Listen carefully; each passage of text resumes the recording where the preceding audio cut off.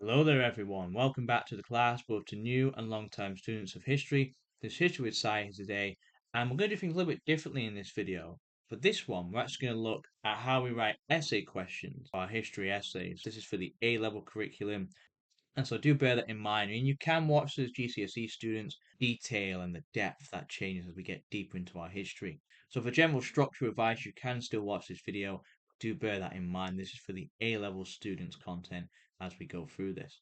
I also would strongly recommend, if you haven't already, you've watched the previous videos in the French Revolution series, so you're brought yourself right up to speed with everything up to the storming of the Bastille in 1789, because this video will include content around that, and so you will find it very useful to have that as you're watching.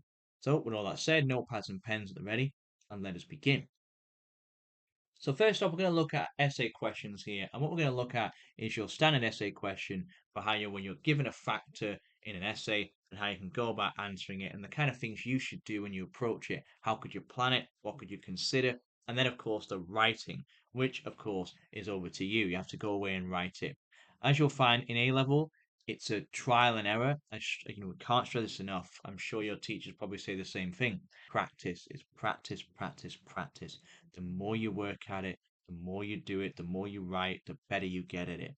Again, you can follow a structure, you can learn some facts, you can learn some key quotes. But again, it's only by practicing you can figure out for yourself exactly what the examiners want from you and principally how exactly we write an essay. Especially at A level, you're thinking again towards university. They're going to want a creative flair. They're going to want to read this and they want to feel the argument popping off the page. And again, they want to feel how confident you are and again how you cite your evidence, how you bring about your analysis, how you use criteria to support. They're going to want to see all these things as you're writing. So it's very important that as you go about this, you consider how you can build on that and think how can you aspire for more? What is your essay missing? With all that said, you're doing the right things. You're here on this video, and so we're going to get into it now and learn some more about how we write our essays.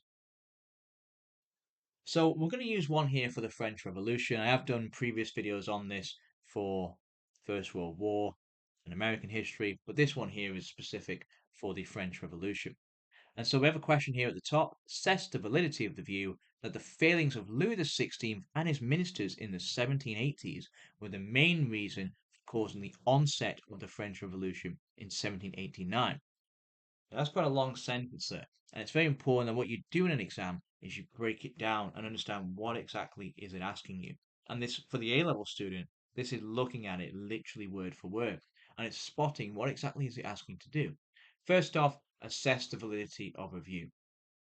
When you're assessing any view, you're going to have to build in some criteria and build in some factors to consider. When you're assessing something, the examiner quite literally wants your opinion. It wants you to give your statement of what you think is valid and what your view actually is. Bear that in mind. With every essay question you're going to look at, you're going to want to consider this little advice structure I provided on the right. This is what I do with my students. You may have different variations on this, like your own teacher might provide for you, but this is the one that I use, and so it's the one I'm going to recommend to you in this video, and that is the teal structure. So every essay we know needs a clear introduction that addresses the question. We need an exploration of the factors we're going to consider, including the one that's in question, and we're going to need a conclusive judgment to make it very clear to the examiner what our view actually is and how convincing it actually is. Every paragraph you write should try and follow this teal structure. We should have a topic sentence that includes those words in the question. You should constantly remind the examiner, right, I'm looking at the validity of the view, I'm looking at the onset of the revolution, I'm looking at Louis XVI, and I'm considering if it's the main reason. Those kind of words should be in your topic sentence. The second thing to consider is evidence, and this is so important at history, for A-level history especially. Again, maybe at GCSE you can get away with just a few key notes and facts. For A-level, you need to know this topic. You need a lot of information.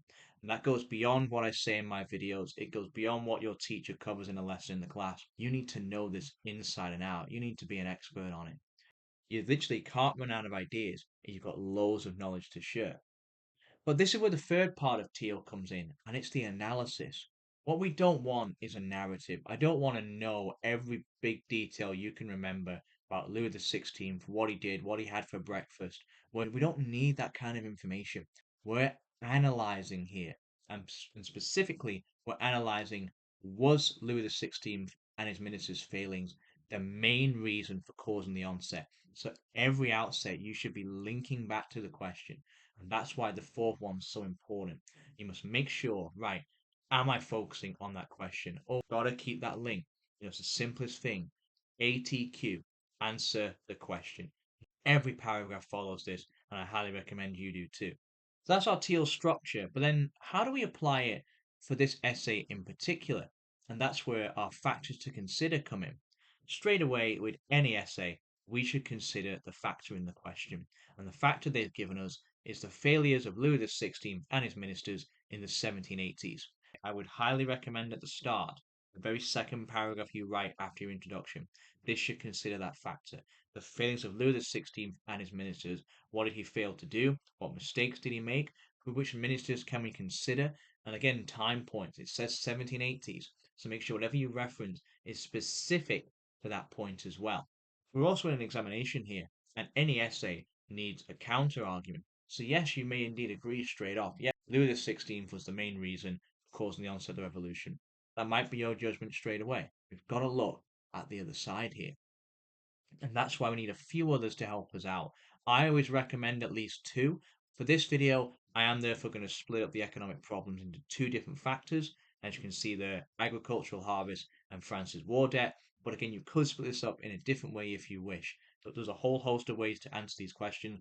I'm just showing you one way you could do this. I'm also going to consider the flaws in the structure of the ancien regime as well. This question wants to get to the onset of 1789, so we've got free play here to include as much information as we want, albeit with maybe a focus on the 1780s. Last thing to note as well before we have a go of answering the question is to remember our criteria. What is that criteria? Well, first off, it's to assess an entire timeline here. We don't just want to fixate on one event or one year. We want to look at a lot of things that are considered here. We also want to think, were these failings across the timeline or only at specific points? Okay, Louis may have made a big mistake in calling those 20,000 troops just before the storming of the Bastille in July 1789. But that was one event. Can we prove he had failings across the timeline? Yes, we might be able to say, well, that failure was massive. That was a big mistake.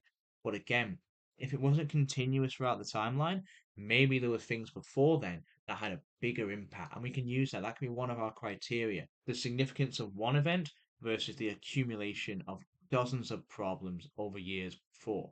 His failings may be many, but were they really as significant as other factors?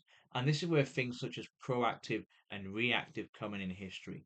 Was Louis reacting to problems that had occurred before him, or was he creating the problems that were then going to react to his mistakes? And that's the thing, cause and effect is a massive part of history. Is he causing the problem, or is he just a piece of collateral damage in what has come before? It's all these kind of ideas to consider. And again, you've got your structure, but again, it's how you express it in your essay. You might mean the same thing as someone else, but you've got to bring that across when you write about it. And that's where practice is so important. Okay, hope that all makes sense to you. If you've got any other questions about how we structure it, let me know in the comments below. But now, the rest of this video, we're going to get right into this question, and I'll run through some things of how you could answer it and a bit of specific context we could bring in. The first thing to consider then is indeed Louis XVI and his ministers. And indeed, there were a lot of failures we can indeed point to for him. There's lots we can mention, but again, in an essay, we only have a certain amount of time. That might be 45 minutes, it might be an hour. But again, whatever the time is for your exam board, again, note we can't say everything. So whatever we bring in has to be relevant to answering that question. So straight away, were there failings with Louis? Well, yes, there was. Straight away, we could point to him and, of course, his lavish lifestyle in Versailles. He's abusing the financial situation in France. He's being very detached from his people. He's living 15 miles away from Paris, and he's living in a life of luxury and isolation, almost pretending that these problems don't exist. He also then relies heavily on the divine right of kings, and so these are some clear failings here. He's not showing any true strength of him as a character. Instead, he's just dismissing problems, being despotic, using things like the Chi di Cachet to throw people away, like the Lit de Justice to just overrule from Parliament. And that creates a lot of friction, a lot of problem. Again, they're trying to solve these crises that are happening, whether it's the finances, whether it's the problem with war, whether it's the harvest problems. And said he's being despotic, he's dismissing their problems and trying to overlook them. It also is not helped that we can also point to specific examples of where he has a weakened public image. This could be his use of the royal session, which caused the tennis court oath in 1789. We can even point to the formation of the National Assembly and how he causes that to happen by not standing up and backing the third estate, trying to be too reliant on the nobility to help him. And also the summoning of the National Guard. We can't overlook that. Again, things might have settled down after the National Assembly was formed, but we'll never know because he summoned the National Guard and he caused the Journée in 1789. We can even point to just his general character. He comes across as quite weak, quite inept, and he doesn't seem to be able to solve any problems and doesn't do much to help resolve issues. But again, the question does mention his ministers, so we have to consider them as well. Now, Turgot we can mention very briefly. Of course, he's not the Controller General in the 1780s, but what he does do is he's inept in reversing the agricultural crisis that has started out. Again, he tries to introduce a number of financial and economic reforms, such as the tax burden on the farms and reducing the power of guilds, but these poor harvests stop his efforts and therefore make it very difficult to achieve. He also is the first to try and suggest a single land tax. Parliament refused to pay it because it would mean the first and second estates would have to pay the tax. Already off to a bad start with his ministers, they just can't seem to get anything right. Then we have Necker, and Necker, he makes a massive blunder. If we get to 1781, and he publishes the Comte Rendu, the first ever publication of royal finances, but yet he omits the royal debt. He hides what it actually is. There's actually a massive, he claims there's this surplus of 10 million livres, but we actually know it's in a massive debt of 100 million, massive, massive deficit that he's just hiding and manipulating people to not see. It also isn't helped that of course he's in this disagreement with Louis later on in the era. He comes back in 1788 and 89, but again he can't solve the crisis either. He still tries to manipulate, and he just ends up doing nothing except taking out more loans instead of growing the economy and trying to make things better. We also have Cologne as well, who of course, to be fair, is the controller general throughout most of the 1780s. And so he tries to fix things by forming the single land tax, the Vingtième. However, the lenders refuse because the economy is on the brink of collapse, especially once we get to August 1786. He tries to remove things like the customs barrier or the corvée and even try and grant free trade, but it keeps being rejected by the Assembly of Notables. Again, we should remember picture of Cologne as a monkey, literally asking the animals, the assembly, what sauce they like to be eaten with. That's how belittling and demeaning he is coming across as being. And so maybe, yeah, maybe it is a valid reason to say Louis XVI and his ministers are indeed the ones who have caused the onset of the revolution because they failed to solve the financial crisis, they failed to resolve the disputes between the first, third, and second estates, and Louis, if he's not tyrannical, he comes across as weak and inept. But there are other factors to consider. Again, although we've got some evidence here of some failings across the timeline, were they really the biggest cause? Were they really the main reason for that revolution occurring in 1789? So a second factor we could look at are the agricultural problems. You may wish to this as one single economic factor. I'm splitting it into two. So the first agricultural problem we should be very, very aware of is that France is suffering with terrible harvests. And this is happening despite an agricultural revolution happening in other nations in the world, not least Britain. France does not evolve. France stayed stagnant and did not manage to improve its harvest capabilities. And because of that, it falls behind and economically begins to suffer. Inflation becomes unbearable and the debt truly mounts, as we said before, with the livret debt. They try and collect some taxes, but it's not enough from the third estate. Again, remember, the third estate is the biggest, but it's the poorest, so it lacks the money necessary. It's also not helped that they're also the big peasantry class, so they're the ones who are living off this land, but because the harvest is so poor throughout this decade, again, they're not making much money in the first place. So we've got a compound of the factors here. We've got the third estate being overburdened by taxes, but yet it's the fact that there's no land to harvest that they're also becoming poorer by the day. And it's why we have things like production in textiles collapsing by 50% by 1789, with the price of bread soaring up to 50% as well. Again, remember, people are spending as much as 90% of their wages to afford that bread. But yet the nobility here is not being taxed at all. And yet it's only by taxing them that we could alleviate that problem. Things are then only made worse by things like the rebellion riot being caused in April 1789. So we see Paris, the capital city of the nation, is also ridden with chaos. And again, it can all come back to these agricultural problems, not investing in agriculture, not making new technology, not improving and taking advantage of this vast land France has access to. They don't even try to industrialize either in the way Britain has done. And that can indeed be seen as a key factor in why it creates problems for the third estate, which creates a debt problem, worsens the taxation problem, and therefore creates a negative cycle that, of course, then means revolution becomes inevitable. Without bread and without land, the third estate can only revolt and riot. Well, that's just one side of the economic argument. You could consider the other side as well, which is the international situation that France was faced with, because the agriculture is quite domestic. Let's have a quick look how we could consider the international situation. And that is principally war debt. The economy is not just domestically spent, it's also spent on foreign affairs as well.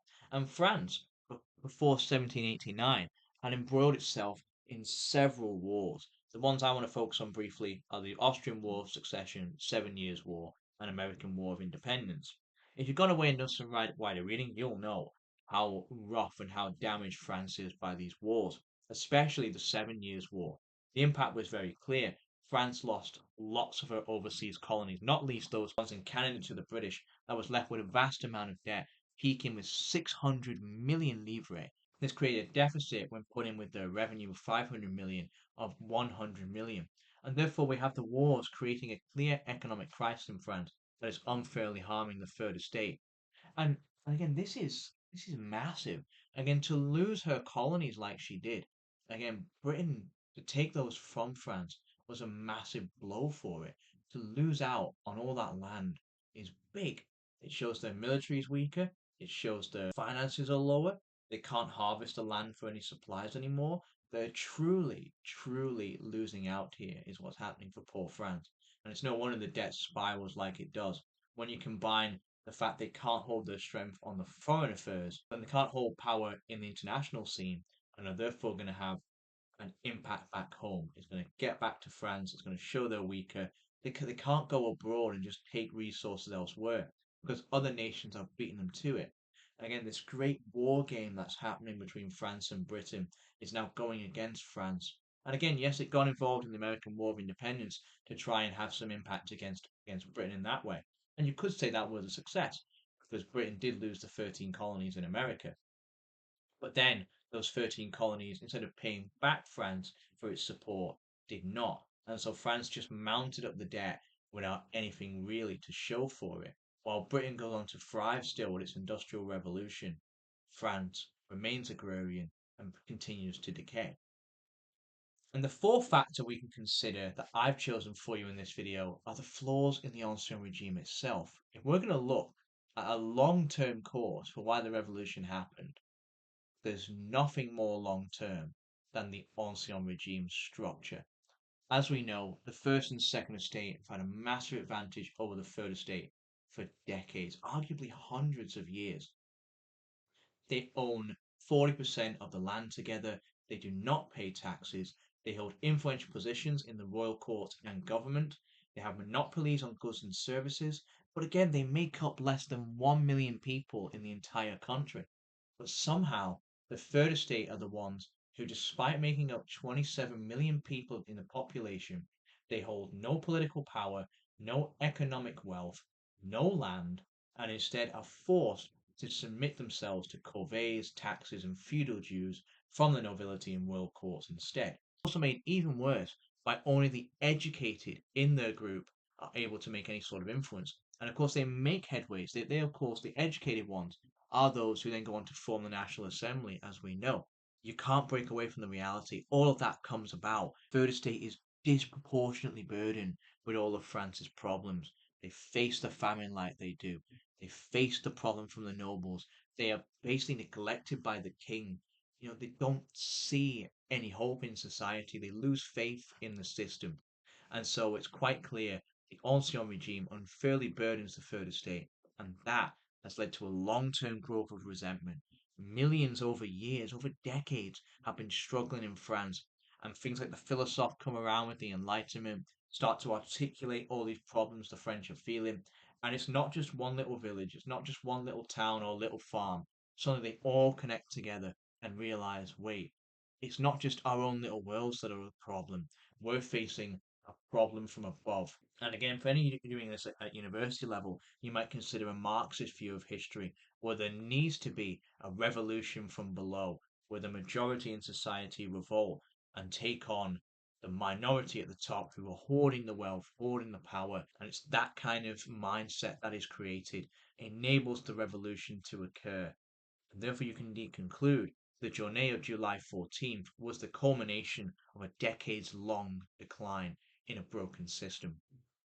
So there we are. That's four factors outlined for you. You may have heard me mention other things as well, like the philosophes and enlightenment. Again, there are other factors you could also consider as well in much more detail than I have here.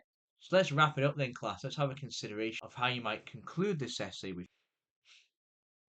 And so, assessing the validity of the view that the failures of Louis XVI and his ministers in the 1780s were the main reason for causing the onset of the revolution, this essay could conclude that Louis and his ministers made mistakes in trying to resolve problems facing French society in the 1780s. However, we have found that these problems were not caused by them.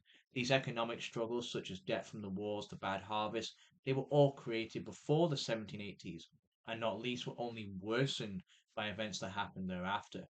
The structures in the Ancien regime had only been worsening long before 1789 as well, with the third estate being so neglected, and therefore, while Louis failed to prevent the onset of revolution, they were only adding to a crisis already created by other factors.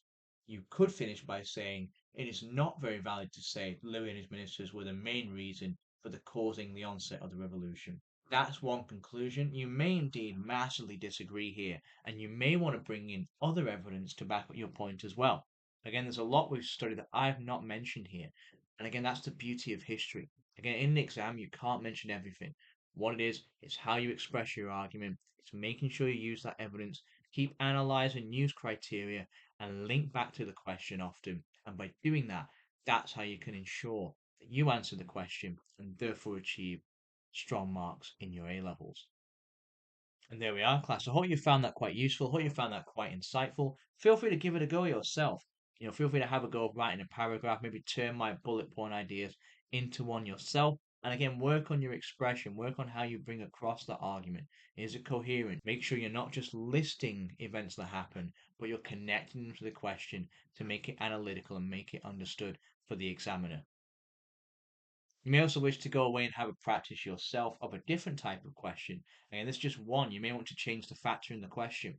What would happen if instead of saying 1780s, you instead said 1770s?